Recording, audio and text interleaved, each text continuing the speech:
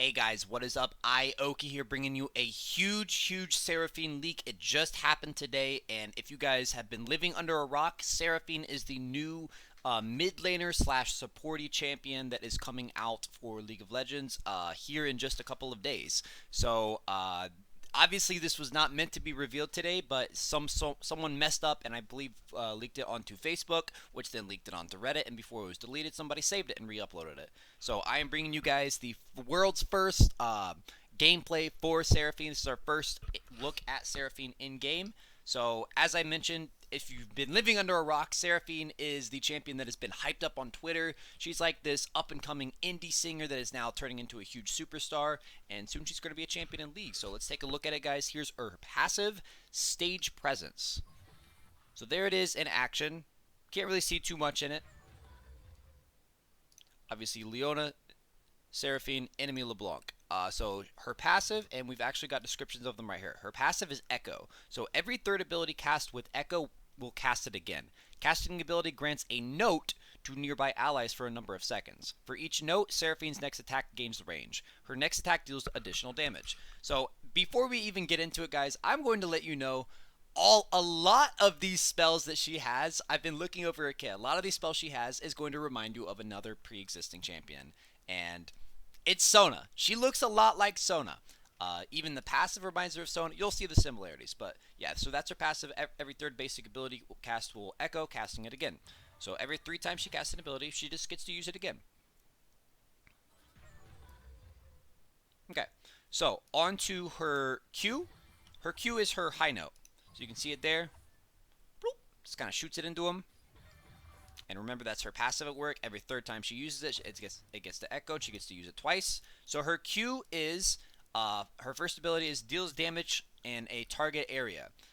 The damage is increased depending on the enemy's missing health. So a lot of people have been wondering, oh, is she a mid laner? Is she a support? She looks a lot like a support, but this is the first thing that we've seen in her kit that actually makes her look a little bit more like a mid laner. She's got an execute mechanic. It's going to help her finish off foes 1v1. It's going to help her actually bring a bit of damage and be a threat.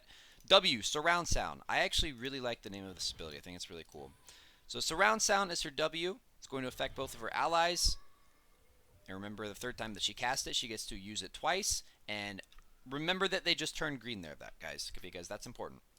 Second ability is Seraphine shields all nearby allied champions and grants them a movement speed buff. If Seraphine is already shielded, their allies receive a shield based on their missing health. So that's kind of an interesting support mechanic right there. Seraphine shields all nearby allies and grants them a movement speed. So that's kind of like Sona's W and Sona's E combined. And then if she is already shielded, if they're already shielded, they get a heal based on their missing health, which is kind of weird. But that's her W, guys. And let's take a look at her E. It's her beat drop. So this is actually kind of looks like Sona's ultimate beat drop. So it's a massive slow. By the way, Sona's E also slows. Deals magic damage and slows all enemies hit. The targets become rooted if they were already slowed. So let's take a look at the root. If they were already slowed, it roots instead. So that's kind of like an interesting use of her passive mechanic, Echo. Because if she gets to use it twice, the first one's going to slow, and if the second one hits, it's going to root them. It's not a super long root. They can't be putting like a 4-second root on the basic ability. But depending on the cooldown of this could be like some really reliable CC, honestly. It also looks really hard to outplay as well. Like, getting hit by one, you have a very small window of opportunity to flash the second one so that you don't get rooted. So there's her third ability, beat drop. Now let's take a look at her ultimate, boys. It is called Encore. Obviously, if you haven't noticed, all of her abilities are music themed, which, by the way, Sona's abilities are also music themed. Alright, let's take a look. Encore. So, visually, it looks very similar to what she does with her E. It also looks very visually similar to Sona Ultimate. It's a lot longer range, but it looks like an incredibly strong team fighting ability because what it does is it deals magic damage to enemies and charms them for a number of seconds. Now, we don't know how long that is. Let's see if we can figure that out.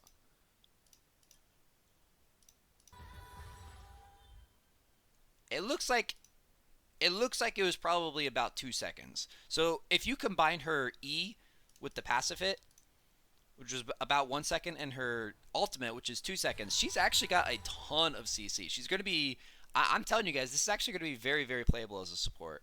But that's her encore ability.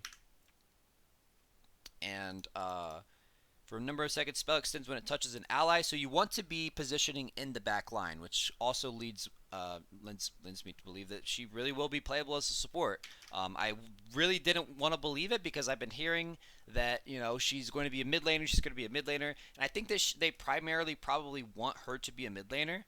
But you guys have now seen her entire kit. She definitely seems like she's playable as a support, which is very interesting because the champion coming after Seraphine is actually also a support. So I didn't think that they would be releasing 2 supports in a row. But you know what? Riot's surprised me before. So we're going to go one more time through her abilities. Here's her passive stage presence. Boom, boom. Q is high note. There's her casting it twice. W surround sound. So, what is going to basically determine if you're a good Seraphine player or just another bad Seraphine player is clever use of her passive, like knowing if you need to use her echo on her Q or use it on her W. Like, do your teams, like, you really need to be like looking at your the fights from a dynamic perspective and being like, well, do they need a heal, or do we need hard CC from my E? The passive seems really, really interesting to play around with, and a lot more interesting than Sona's passive, which is very similar, and that you stack 3 spells and then get a different effect, whether it be basically a built-in exhaust on her W, or more damage on her Q auto, or a slow on her E. This seems like a more offensive version of that. Sona's passive seems entirely tuned around, aside from her Q, supplying a lot of utility and stats, and this one seems like more offensive. What are you going to do to the enemy? One other interesting thing to talk about with Seraphine, guys, is that she's releasing with 3 skins on release, sort of. So it's actually all technically one ultimate skin. For some reason, they've made 3 different splash arts for it, so I'm not sure if you'll be able to like select the splash art that you really enjoy the most.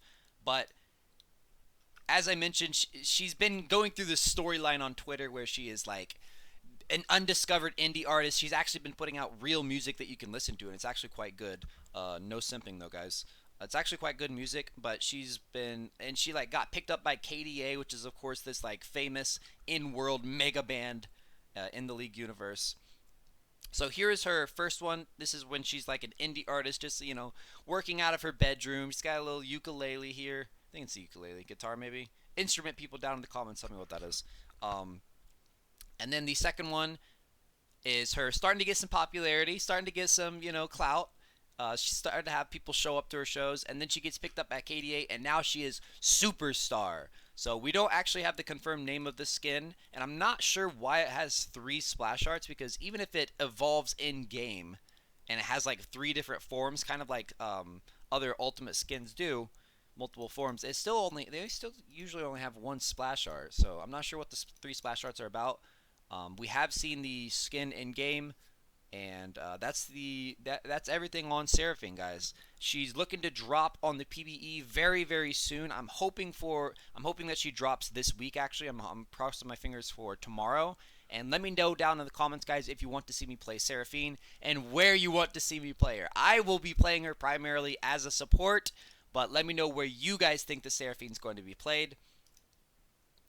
Credit to everyone that assisted in this leak, Patrick posting it on Reddit, and whoever ended up leaking it on Facebook. I didn't actually get their name. Let's read through a couple of comments here.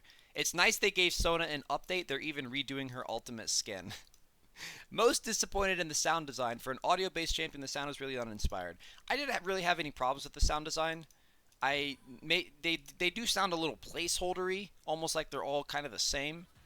And yeah, I don't really have an issue with it.